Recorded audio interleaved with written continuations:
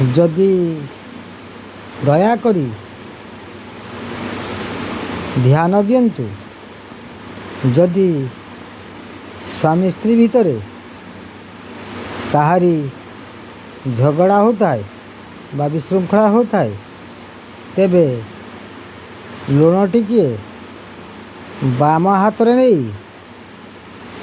ଶ୍ରୀଂ ଶ୍ରୀଂ ଦୁର୍ଗାୟ ନମଃ, ଶ୍ରୀଂ ଶ୍ରୀଂ ଦୁର୍ଗାୟ ନମଃ, ଶ୍ରୀଂ ଶ୍ରୀଂ ଦୁର୍ଗାୟ ନମଃ, ଏହି 3 ଥର କହି ଲୁଣଟିକୁ କାଗଜରେ ରଖାଇ ଦିଅନ୍ତୁ ଏବଂ ସେହି ଲୁଣଟିକୁ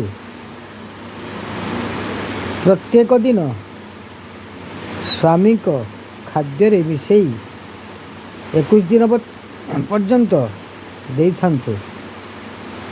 21 ଦିନ ପରେ ସ୍ୱାମୀ ସ୍ତ୍ରୀ ମଧ୍ୟରେ ଆଉ ଅସନ୍ତୋଷ କଳି ଝଗଡ଼ା ହେବ ନାହିଁ। ଜୟ ଜଗନ୍ନାଥ।